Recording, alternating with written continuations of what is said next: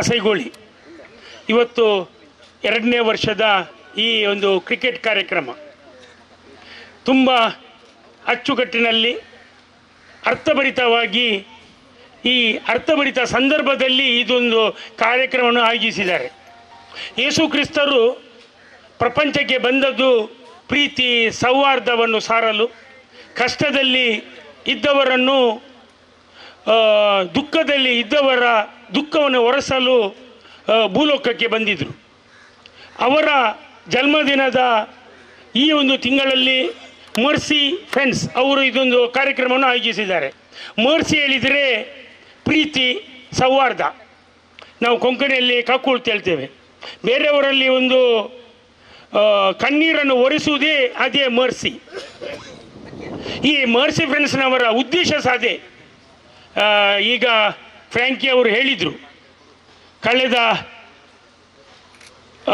6 ವರ್ಷಗಳಿಂದ ಈ ಕಾರ್ಯಕ್ರಮವನ್ನು ಮಾಡಿದ್ದಾರೆ. ಈ ಕಾರ್ಯಕ್ರಮಕ್ಕೆ ಸೂಕ್ತ ವ್ಯಕ್ತಿಯನ್ನು ಇನಾಗ್ರೇಷನ್ಗೂ ಕರೆದಿದ್ದಾರೆ. ಅವರು ಹೆಚ್ಚು ಮಾತಾಡುವುದಿಲ್ಲ, ಆದರೂ ಅವರ ಕಾರ್ಯ ಹಲವಾರು. ಮತ್ತು ಈ ಸೂಕ್ತ ವ್ಯಕ್ತಿ ಅಂದರೆ ಯಾಕೆಂದು ಹೇಳಿದರೆ, ಈ ಪ್ರದೀಪ್ ಡಿಸೋಜರವರು ದಕ್ಷಿಣ ಕನ್ನಡ ಜಿಲ್ಲಾ ಕೌಶಲ್ಯ ಅಭಿವೃದ್ಧಿ ಕ್ರೀಡಾ ಇದರ ನಿರ್ದೇಶಕರಾಗಿರ್ತಾರೆ. ಇವರು ಸೂಕ್ತ ವ್ಯಕ್ತಿ ಅಂದರೆ ಅವರಿಗೆ ಈ ಕ್ರೀಡೆಯ ಬಗೆಯಲ್ಲಿ ಜ್ಞಾನ ಉಂಟು, ಸಮಾಜಕ್ಕೆ ಅವರಿಂದ ಒಳ್ಳೆಯ ಕೆಲಸ ಆಗ್ತಾ ಉಂಟು. ಅಂಥೊಬ್ಬ ವ್ಯಕ್ತಿಯೊಟ್ಟಿಗೆ ವೇದಿಕೆ ಹಂಚಿಕೊಳ್ಳುವುದು ನಮ್ಮ ಭಾಗ್ಯ. ಹಾಗೆಯೇ ಇನ್ನೊಬ್ಬ ಅತಿಥಿ ಇದ್ದಾರೆ, ನಜರ್ ಶಾ ಪಟ್ಟೋರಿ, ಗ್ರಾಮ ಪಂಚಾಯತ್ ಅಧ್ಯಕ್ಷರಾಗಿ ಸದಸ್ಯರಾಗಿ ಆಪತ್ತು ಬಾಂಧವ. ಯಾರು ಇಲ್ಲಿ ಬೇಕಾದ್ರೆ ಕರೆದರೂ ಓಡಿ ಬಂದು ಜನರಿಗೆ ಪ್ರೀತಿ ಸೌಹಾರ್ದತೆಯಿಂದ ಒಗ್ಗೂಡಿಸಿ ಜನರಿಗೆ ಬೇಕಾಗುವ ಕೆಲಸವನ್ನು ಮಾಡಿಕೊಡುವ ಒಬ್ಬ ಧೀಮಂತ ನಾಯಕ ಹೇಳಿದರೆ ತಪ್ಪಾಗಲಾರದು. ಹಾಗೆಯೇ ಇಲ್ಲಿದ್ದಾರೆ ನಮ್ಮ ಈ ವಾರ್ಡಿನ ಪ್ರಥಮ ಪ್ರಜೆ, ಅವರು ಸಹ ಹಾಗೆಯೇ. ಈಗ ಫ್ರ್ಯಾಂಕಿ ಅವರು ಹೇಳಿದರು, ಅವರು ಮಕ್ಕಳೊಟ್ಟಿಗೆ ಮಕ್ಕಳಾಗಿ, ದೊಡ್ಡವರೊಟ್ಟಿಗೆ ದೊಡ್ಡವರಾಗಿ ಎಲ್ಲ ಕೆಲಸವನ್ನು ವಾರ್ಡಿಗೆ ಮಾಡುವಂಥ ಒಬ್ಬ ಧೀಮಂತ ಮಹಿಳೆ. ಹಾಗೆಯೇ ಸಿರಿಲ್ ಡಿಸೋಜರ್ ಅವರಿದ್ದಾರೆ, ಅವರೊಬ್ಬ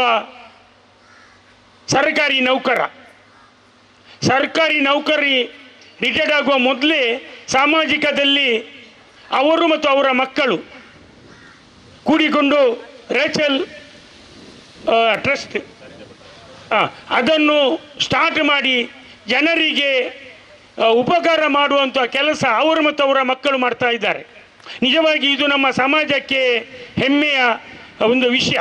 ಯಾಕೆಂದು ಹೇಳಿದರೆ, ಸಾಧಾರಣ ರಿಟೈರ್ಡ್ ಆದ ನಂತರ ಒಂದೇ ಬೇರೆ ಕಡೆ ಕೆಲಸಕ್ಕೆ ಹೋಗ್ತಾರೆ ಅಥವಾ ಮನೆಯಲ್ಲಿ ಕೂತ್ಕೊಂಡು ಆರಾಮ ಮಾಡ್ತಾರೆ, ರಿಟೈರ್ಡ್ ದುಡ್ದದ್ದು ಸಾಕು ಕೇಳಿ. ಆದರೆ ಅವರು ಹಾಗೆ ಮಾಡೋದಿಲ್ಲ, ಅವರೊಂದು ಸಮಾಜಕ್ಕೆ ಒಂದು ಆದರ್ಶಗಳು.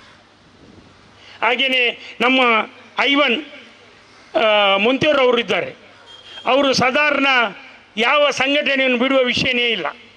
ಅವರು ಆಪತ್ತು ಬಾಂಧವ, ಯಾವ ಟೈಮಲ್ಲೂ ಎಲ್ಲಿ ಕರೆದರೂ ಅವರು ಬರ್ತಾರೆ. ಅವರಿಗೆ ಕೊಟ್ಟ ಒಂದು ಕೆಲಸವನ್ನು ಕರೆಕ್ಟಾಗಿ ಮಾಡುವ ಒಬ್ಬ ವ್ಯಕ್ತಿ. ಅವರು ನಮ್ಮ ಕತ್ತೋಲಿ ಸಭೆಯ ಮಾಜಿ ಅಧ್ಯಕ್ಷರೂ ಆಗಿದ್ದರು, ನಮ್ಮ ಅಗ್ರಿಕಲ್ಚರ್ ಕಮಿಟಿಯ ಸದಸ್ಯರೂ ಆಗಿದ್ದಾರೆ. ಎಲ್ಲಿ ಕರೆದರೂ ಅದು ಯಾಕೆ ಎಂದು ಕೇಳುವ ವಿಷಯ ಇಲ್ಲ, ಹೊರಡಿ ಬರುವುದೇ. ಹಾಗೆಯೇ ನಮ್ಮ ಫಿಲಿಪ್ರವರಿದ್ದಾರೆ, ಮಂಜನಾಡಿ, ಇನ್ಫೋಸಿಸ್ನ ಉದ್ಯೋಗಿ, ಮರ್ಸಿ ಫ್ರೆಂಡ್ಸಿನ ಕಾರ್ಯದರ್ಶಿ. ಅವರೊಬ್ಬ ಒಳ್ಳೆಯ ಒಬ್ಬ ಯುವಕ. ಹಾಗೆಯೇ ನಮ್ಮ ಅಧ್ಯಕ್ಷರು ರೋಷನ್ ಡಿಸೋಜ ಇದ್ದಾರೆ. ಅವರು ಸಂಘಟನೆ ಮಾಡುವಲ್ಲಿ ಚತುರ. ನಿಜವಾಗಿ ಹೇಳಬೇಕಾದ್ರೆ ಮರ್ಸಿ ಫ್ರೆಂಡ್ಸ್ ಇಷ್ಟು ದೊಡ್ಡ ಸಂಘಟನೆಯನ್ನು ಬೆಳೆಯಬೇಕಾದ್ರೆ ಅವರ ಪಾತ್ರ ಬಹು ದೊಡ್ಡದು. ಅವರಿಂದಲೇ ಎಲ್ಲೆಲ್ಲ ಅಲಿಲು ಸೇವೆ ಇರುವಾಗ ಅವರದೊಂದು ದೊಡ್ಡದೊಂದು ಸೇವೆ. ಸಂಘಟನೆ ಮಾಡೋದು ಅಷ್ಟು ಸುಲಭ ಅಲ್ಲ. 6 ವರ್ಷದಿಂದ ಬೆಳೆದ ಈ ಸಂಘಟನೆಯನ್ನು, ಆ ಸಂಘಟನೆ ಎಂಬ ಗಿಡಕ್ಕೆ ನೀರು ಗೊಬ್ಬರ ಹಾಕಿ ಬೆಳೆಸುವುದು ಅಷ್ಟೊಂದು ಸುಲಭ ಅಲ್ಲ. ಆದ್ದರಿಂದ ನಮ್ಮ ರೋಷನ್ ಅವರೇ, ಮತ್ತು ಇದಕ್ಕೆಲ್ಲ ರೂವಾರಿ ಈ ಬೀಜ ಹಾಕಿದ ಒಬ್ಬ ವ್ಯಕ್ತಿ ಇದ್ದಾರೆ. ನಾವು ಹೇಳ್ತೇವೆ ಆಡು ಮುಟ್ಟದ ಸೊಪ್ಪು ಇಲ್ಲ, ಫ್ರಾಂಕಿ ಕುಟಿನ ಮುಟ್ಟ ಹೋಗದ ಸಂಘ ಸಂಸ್ಥೆಗಳಿಲ್ಲ, ಅವರು ಮುಟ್ಟಿದ ಕಾರ್ಯಕ್ರಮ ವಿಫಲವಾದದೇ ಇಲ್ಲ. ಅದು ದೇವರು ಅವರಿಗೆ ಕೊಟ್ಟ ಒಂದು ಯೋಗ್ಯತೆ.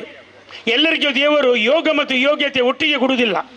ಆದರೆ ಫ್ರಾಂಕಿ ಫ್ರಾನ್ಸಿಸ್ ಕುಟಿನರಿಗೆ ದೇವರು ಯೋಗ ಮತ್ತು ಯೋಗ್ಯತೆ ಎರಡನ್ನೂ ಕೊಟ್ಟಿದ್ದಾರೆ. ಅವರಲ್ಲಿ ಕಲೆ ಉಂಟು, ವಿದ್ಯೆ ಉಂಟು, ಬುದ್ಧಿ ಉಂಟು. ಇಲ್ಲದ್ರೆ ಈ ಸಂಘಟನೆಯನ್ನು ಮಾಡಿ ಇಷ್ಟು ಒಳ್ಳೆ ಒಂದು ವಿಷನ್ ಇರುವುದಿಲ್ಲ. ಈ ವಿಷನ್ನಿಂದ ಸಮಾಜಮುಖಿ ಕೆಲಸವನ್ನು ಮಾಡ್ತಾರೆ. ಕ್ರಿಕೆಟ್ ಆಡಿಸುವುದು ಮುಖ್ಯ ಅಲ್ಲ, ಇದನ್ನು ಸಂಘಟನೆ ಮಾಡೋದು ಕಷ್ಟ. ಇಷ್ಟು ಮಂದಿ, ಒಂದು 50 ಮಂದಿಯನ್ನು ಒಗ್ಗೂಡಿಸಿ ಹೋಗುವುದು ತುಂಬ ಕಷ್ಟ. ಆದ್ದರಿಂದ ಫ್ರಾಂಕಿ ಫ್ರಾನ್ಸಿಸ್ ಕುಟಿನರ್ ಅವರಿಗೆ ಎಲ್ಲರ ಪರವಾಗಿ ಒಂದು ಸಲಾಂ. ಯಾಕೆಂದು ಹೇಳಿದರೆ ಇದೊಂದು 6 ವರ್ಷ ಆಯಿತು, ಬೇಗ ಒಂದು 25 ವರ್ಷದ ದಶಮಾನೋತ್ಸವ ಮಾಡಿ, 20 ವರ್ಷದ ಸೆಲೆಬ್ರೇಷನ್ ಮಾಡಿ, ಸಮಾಜಕ್ಕೆ ನಿಮ್ಮ ಮುಂದಾಳುತನದಲ್ಲಿ ಒಳ್ಳೆಯ ಅಭಿವೃದ್ಧಿ ಕೆಲಸವಾಗಲಿ ಎಂದು ನಾನು ಹಾರೈಸ್ತೇನೆ. ಹಾಗೆಯೇ ಇವತ್ತಿನ ಈ ಕ್ರಿಕೆಟ್ ಖಾಲಿ ಮನೋರಂಜನೆಗೆ ಮಾತ್ರ ಅಲ್ಲ, ಇದರಲ್ಲಿ 3 ಉದ್ದೇಶವಿದೆ. ಒಂದು ಮನೋರಂಜನೆ ಇದೆ, ನಮ್ಮಂಥವರಿಗೆ ಲೈವ್ ಉಂಟು, ಟಿ ವಿಯಲ್ಲಿ ಮನೆಯಲ್ಲಿ ನೋಡ್ಬೋದು, ಅದೊಂದು ಮನೋರಂಜನೆ. ಆದರೆ ಎರಡನೇದು ನಮ್ಮಲ್ಲಿದ್ದ ಕೆಪಾಸಿಟಿ, ನಮ್ಮಲ್ಲಿದ್ದ ಕೌಶಲ್ಯವನ್ನು ನೋಡುವಂಥ ಒಂದು ವೇದಿಕೆ ಆಗಿದೆ. ಇನ್ನೊಂದು ಮೂರನೇ ಹೇಳಿದರೆ, ನೀವು ಧನ ಸಂಗ್ರಹ ಮಾಡಿದ ಹಣವನ್ನು ಬಡವರಿಗೆ, ನಿರ್ಗತಿಕರಿಗೆ, ಮೆಡಿಕಲ್ ಫಂಡಿಗೆ ಎಲ್ಲ ಕೊಡ್ತಿರಲ್ಲ, ಅದೇ ನಿಮಗೆ ದೇವರ ಶ್ರೀರಕ್ಷೆ.